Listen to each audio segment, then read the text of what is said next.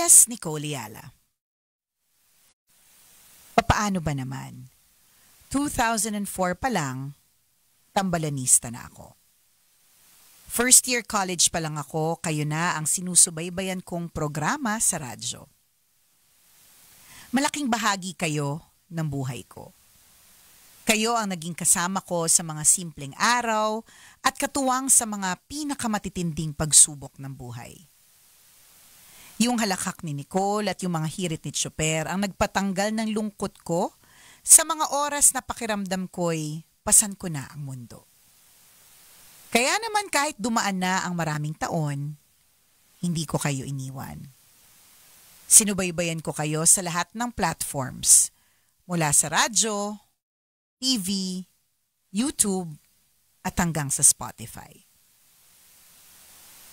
Hindi ko kinaya yung sakit habang pinapanood ko kayo nung Biyernes. Daig pa ang heartbreak. Ang hirap tanggapin kasi sa loob ng 20 taon, napuno ninyo ng saya at inspirasyon ang buhay ng napakaraming tao, kabilang na ako. May mga panahong gusto ko nang sumuko, pero sa tuwing naririnig ko ang boses ninyo, para kayong mga kapatid at matalik na kaibigan na nagsasabing, kaya mo yan. Pinapaalala nyo lagi na kailangan maging matatag. Yung simpleng mga hirit na basic o yung kailangan pa bang i-memorize yan, nagsisilbi silang gabay na nagpapatibay sa akin para hindi bumitaw. Salamat Nicole. Salamat sa mga halakhak, mga aral at inspirasyon. Ikaw at si Chris, kayo yung nagbigay sa akin ng lakas ng mga panahong hindi ko alam kung paano ko tatahakin ang buhay. Mga kwento ng pag-asa sa mahiwagang Bornay ang naging gabay ko para magsikap, magpatuloy, at abutin ang mga pangarap ko. Kayong dalawa ang kasama ko sa mga biyahe tuwing umaga sa jeep at sa tricycle. Pagdating ko sa opisina, kayo pa din ang background ko.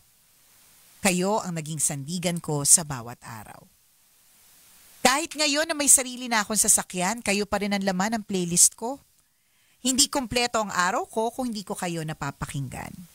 Kayo pa rin ang nagbibigay sa akin ng saya at nagtatanggal ng pagkabagot ko kapag nasa kalye. Masakit para sa akin na wala ng tambalan. Sa puso ko wala makakapantay sa inyo. Mahal na mahal ko kasi kayo. Hindi man kayo magkasama sa radyo, alam kong may plano si Lord para sa inyo. Kung nakikinig si Chopper, good luck sa bagong yugto ng buhay niya. At para sa iyo, Nicole, hindi ka nawalan.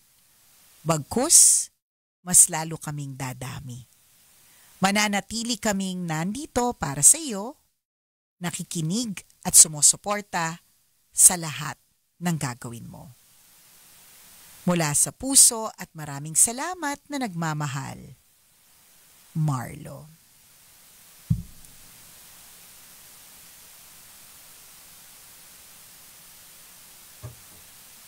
Hi, Marlo! Hi, Marlo. Eto, nandito siya. Pumunta siya dito ng Friday. Nandito ba siya? Oo, isa siya sa mga sumugod kasi huling episode na ng Tambalan Together. Tapos sinabi niya nga na from hampas lupa to parang manager. Tapos may-ari ng isang tarpaulin business. Parang ganun bukod sa Oo, naalala ko yan. Picture, yung Yes. green ba yun? Correct, or blue. Or parang Blue and something yellow, ganun. parang ganun. Yun, Okay. si Marlo. Diba? Nakakatuwa. Alam mo, natutuwa talaga ako sa ganyang kwento. Hindi lang dahil nakikinig kayo sa Tambalan, naging parte kami ng buhay ninyo. Maraming salamat. Thank you so much. I mean, it's truly appreciated. Pero yung fact lang that there are people na rising above. Diba? Kaya kung ikaw nandyan ka sa sitwasyon na parang hirap na hirap ka, parang wala nang kaluwagan sa buhay, ganon. Pasasaan pa't masihirap pa. Charot! ang hindi lang siguro maintindihan at hindi pa nakita ng ibang mga tambalanista na yung tambalan po, from your stories, they learn din po eh. Correct, totoo yan. Natututo din po sila Totoo dahil sa mga yan. kwento ninyo Totoo, alam mo, kaya nga itong kwento na may wagang Bornay, kaya siya nabuo. Kasi nakakatuwa naman na lahat din naman ng mga pinag-uusapan namin, mga kwento galing din sa mga listeners namin. Kaya naisip namin, gawa na lang natin siya ng segment kung saan yung mga tao, yung mga nakikinig sa atin, pwede talaga silang mag-share ng mas mahaba ng kanilang kwento ng buhay. 'Di ba? Totoo 'yun. Kung meron kayong natututunan sa amin na minsan talaga, Diego, parang totoo ba? Parang gago lang kami dito. Totoo ba? Diba? And because of that stories, yun yung nagpa-matured sa inyo yun din eh. Din, correct. Totoo din. Totoo din. Yun din yung nagpaiyak sa akin kasi ako lang naman ang iyakin lagi. Diba? So yun din talaga yung mga nagpatibay. Merong, I'm not sure if you've heard of this tambalan story before, Diego, but let me share. Merong one time na naglalakad ako sa Glorieta, tapos may biglang yumakap sa akin na babae. Tapos yung babae, yung pagkakayakap niya sa akin ng higpit na ako naman parang ang takot ko kasi feeling ko dudukutan ako. May ganun ako pakiramdam. Bubusa ka ng aso. Correct. Alam mo yung parang ano to? Parang nakaka-nervous na nakakatakot na. Parang may something. Ganon. Pero sobrang tindi ng pagkakayakap niya. And then, humihikbi na siya. Tapos sabi ko, ay, naku. Akala mo tinutukan. Oo nga, diba? Hindi kasi diba? Hindi lahat po na umaakbay at yung makayakap sa'yo. I mean, may gusto sa'yo, may pagnanasa sa'yo. Yung iba pwede tinututukan ka at ginigripuhan ka na pala sa tagiliran, diba? So, humikbi siya. And then, kwento niya yung kwento ng tatay niya na nasa ospital at gulay ng napakatagal na panahon. So, in coma. So, hindi nagre-respond sa kahit anong klaseng stimulus. Wala. As in, wala. Walang, nandun lang siya. Yung gulay, coma. Ganon. Tapos, one time, nakikinig sila sa radyo. Nakikinig sila sa tambalan that time. Tapos, nakita nila, nung humalakak ako, parang gumalaw ng kaunti yung tatay nila. Yung daliri.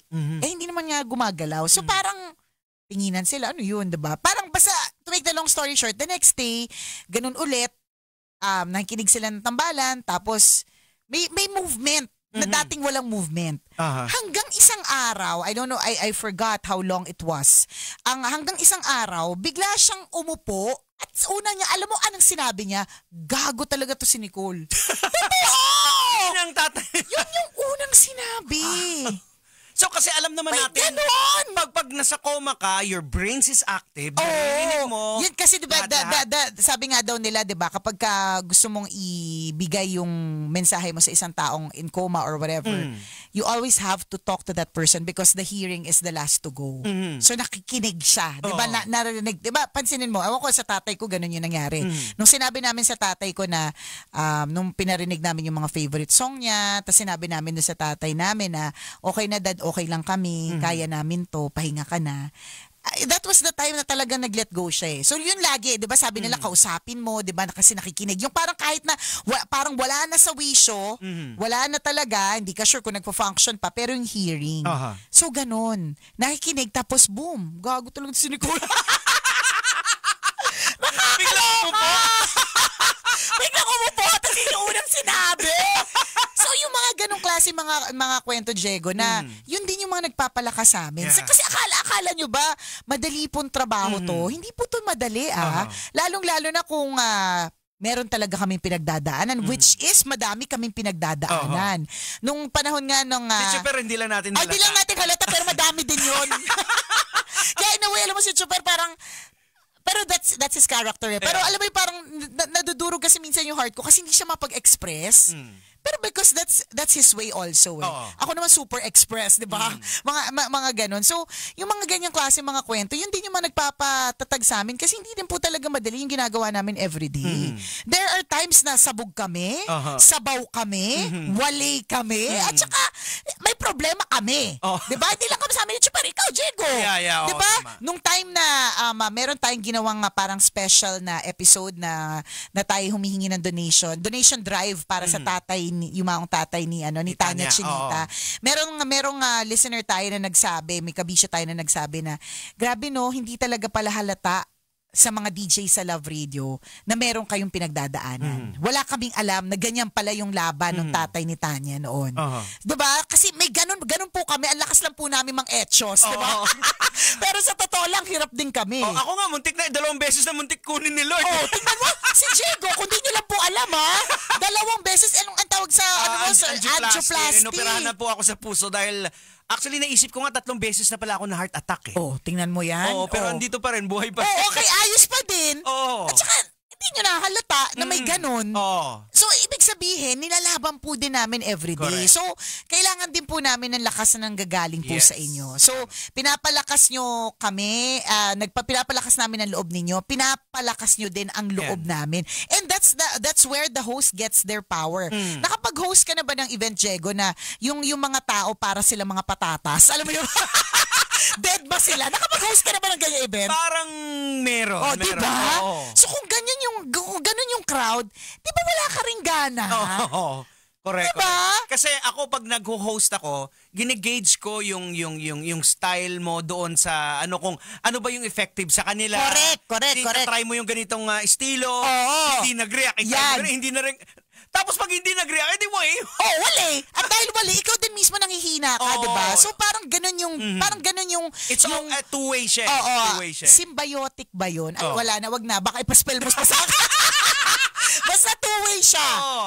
Two-way talaga siya. Hindi parang, talagang we learn from each other. Yan, we gained. Totoo. Diba? We gained from each other. And katulad ngayon, diba, na may feeling loss, parang feeling lost, hindi lang ako, diba? Kundi feeling lost din kayo. Diba? So, pero, katulad nga ng laging sinasabi natin, diba? Tuloy lang. Correct. Tuloy lang ang buhay. Padayon lang. Diba? So, salamat sa iyo, Marlo, for sharing your story. Thank you very much. Pwede pa rin kayo actually mag-email sa amin ng inyong kwento. I-email nyo lamang mahiwagangburnaystory@gmail.com. Yan, nililinawin lang po namin. Bukas pa rin po, nakabukaka pa rin po yung Burnay. Ayan, baka kasi iba iniisip nila, wala na si Chris, wala na yung Tambalan, baka wala na yung Burnay. Hindi. So nililinaw po natin, bukas pa rin po, nakanganga pa rin yung Burnay. At ililinaw din natin na bakit nga ba umalis pa. Meron po kasi kaming company policy na once mag-file ka ng COC, considered kang parte ka na ng politics o may kulay na. Ang aming himpilan po ay hindi po kami political. Non-political po kami. Ganon! Yun! Kaya may paggora dun sa mga hindi pa nakakaalam. Correct. Diba? At again, lilinawin natin, in fairness naman kay Chris, na hindi lang po basta politika yung rason. Yes. Gusto niya rin po talagang bumalik sa pagiging kalabaw sa kanilang bayan. Gusto bumalik sa farm. Correct! Sayang naman ang farm! At gusto niyang bantayan ng kanyang mga magulang na nagmamay-ari ng farm. Taray na to si Chupa. 20 years kasama. Hindi ko wala na utangan. Meron palang farm.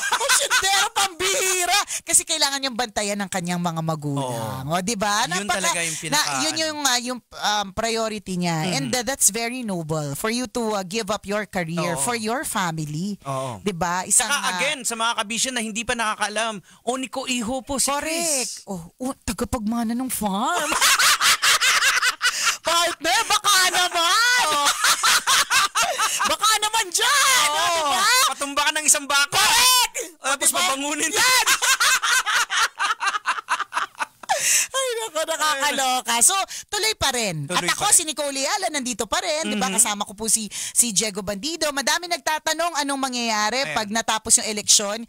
Wala pong nakakaalam ng future. Hindi po namin alam. Yun, the future is not clear. Hindi nga natin alam kung anong mangyayari mamaya yung sa after election pa ba, diba? Hayaan po natin mag-worry ang future sa kanya. Correct! Ngayon po at ATM ang ating asikasuhin. Yes, today is all we have. Ayan. Tama? Yan kasi ang problema nga ng iba ko minsan, diba? Masyadong iniisip yung future. Correct. Agad. Oo, kaya nangyayari, paano ka makakarating sa future? Problemado ka sa present. Ang nangyari, yung present mo tuloy, hindi mo na na-enjoy. Paano puro ka future? Paano kung kinuha ka na? Kaya nga, totoo yun eh. Di ba, problemado ako sa future mo, kinuha ka na pala mamaya, di ba? Kami po ay magpapaalam na muli. Ako pong kumikinang naulo. Diego Bandido, pag may buhok, hindi ba ako yan? At ako ang kumikinang ina mo na si Nicole Ayala na nagsasabing, masakit mang tanggapin. Hindi lahat ng tao ay mananatili sa atin. Okay ka na. Okay lang. Moving on. Padayon lang. Padayon lang. Kasi dito naman po mga kabisyo kailangan pa bang i-memorize yan? Basic na basic. Kahit ano pong pinagdadaanan namin dito para po sa inyo tuloy lang. Padayon lang.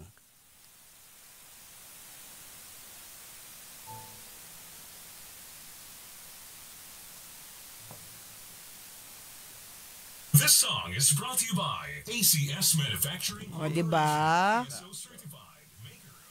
Padayon lang. Tuloy lang. Tuloy lang. Oo. May dami din nagtatanong. Ito pa, isa pang tanong. Yung po bang sa Spotify mawawala din po? Hindi pa rin po namin alam. Yan. Sabi ni Earl Elmer PS, petisyon na gawing santo si Nicole Halo. Nakakagaling yung tawa.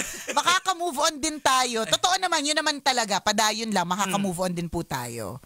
Yun naman ang mahalaga dyan na tayo po ay magtutuloy lang. Yan. 'Di ba? The only way that we can get to the finish line is to go through the obstacle. Correct. 'Di ba? May nakita ka na bang Olympics o kaya kahit anong athlete na tumalon mula starting to finish? Wala. Ayan. Kaya i-enjoy po natin yung mga obstacles na yan. Kasi ginagamit talaga ni Lord yan kung minsan na totoo. Paano ka matututo kung hindi ka madadapa? Tama. Oo. Paano mo malalamdaman? Halimbawa, pag nandun ka na sa problema, saka mo palang may encounter yung mga ganito. Babagsak ka. Kaya dito pa lang, piniprepare ka na niya Correct. Yung journey mo. Yes. Kaya nadadapa ka. Kaya yung tuhod ni Nicole. Nadidislocate. may mga reason. Again, kagaya ng sinabi natin, pinag-usapan na kanina, walang aksidente kayo. Wala. Everything is His will. Kahit masakit, mahirap lang talaga siyang tanggapin Lalo na kung medyo major, tas ang sakit, tapos ang saklap, mahirap siyang intindihin Yeah. Promise, yung para sabihin mo sa isang tao, kunyari na wala ng mahal sa buhay, sabihin will ni Lord, ang hirap nun.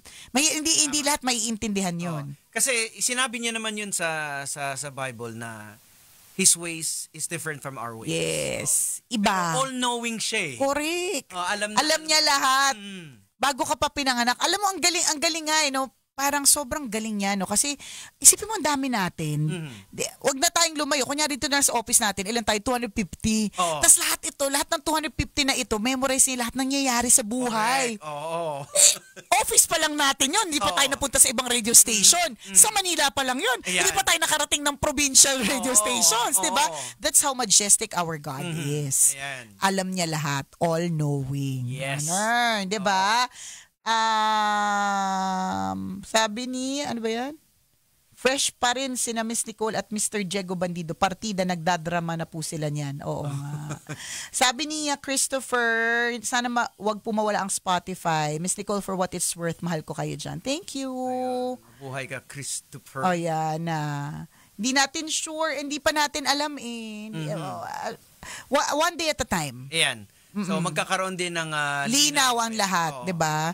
Ganun na lang ako siguro yun yung isa sa mga ko, one day at a time. Ito muna yung isipin ko tong araw na to kasi baka masyado kong winner yung mangyayari bukas. At saka most of the time, 'di ba, Jegs, yung mga win-worry natin doesn't actually happen. Kaya importante talaga yung present, yun yung asikasuhin natin kasi kaysa dun pag sa future kasi iniisip mo, paano kung hindi ka nakarating sa future? Yun nga Pandemic, ako para sa akin laging perfect example ko yan na even the first world countries, they weren't able to prepare for it. Diba? Kahit gaano ka high-tech. Kahit gaano ka high-tech, correct. Diba? Japan, diba? Pagka, nung nakarating kami ng Japan last year, isa yun sa mga tinanong ko dun sa mga nandun Parang, how are you during the pandemic? And sinabi din nila na meron ding quarantine, meron ding time na talagang work from home, lahat. So, ibig sabihin, kasi minsan iniisip natin noon, ano ba naman, di handa yung Pilipinas, ganyan. Hindi lang Pilipinas, hindi nakapaganda. Buong mundo. So, ganun yun. Kasi walang nakapag-predict. Correct. Yan. So, ako parang, ang nangyari sa pandemic, feeling ko parang ninakawan tayo ng taon Totoo yan. Diba? Na parang tumanda tayo bigla na hindi ikaw lang. Huwag mo ko idamay. Hindi ako tumanda. Kung nabulok ka, Diego, hindi ako kasali. Charot. Hindi, pero nawala talaga Hindi lang. Yung mga bata parang bigla sila lumaki. Yung hindi mo maintindihan, parang kung tutuusin ilang years lang naman yung 2 Mhm. na talagang medyo nakulong tayo. On the Oo. 3rd year, nagsastart na tayo mag-ease. Pero lahat ng bata kakilala natin, biglang lumaki. Oo. Saan ang galing? Saan ang punta? Diba? Pero isa din sa maganda doon, dahil hindi sila nakalabas, medyo tingin ko, na-slow din yung process na masyado silang liberated. Sa bagay. Kasi nakulong sila sa ang exposure nila is bahay. magulang. Oo, correct, diba? correct. Na dapat ganun na. Kasi Oo. balik na naman tayo sa nakaka-stress na exposure ng mga bata. Ay, nakakalurky. Sabi ni Benny, parang di ako sanay na hindi dinadagundong ng boses ni Nicole ang bungo ko araw-araw.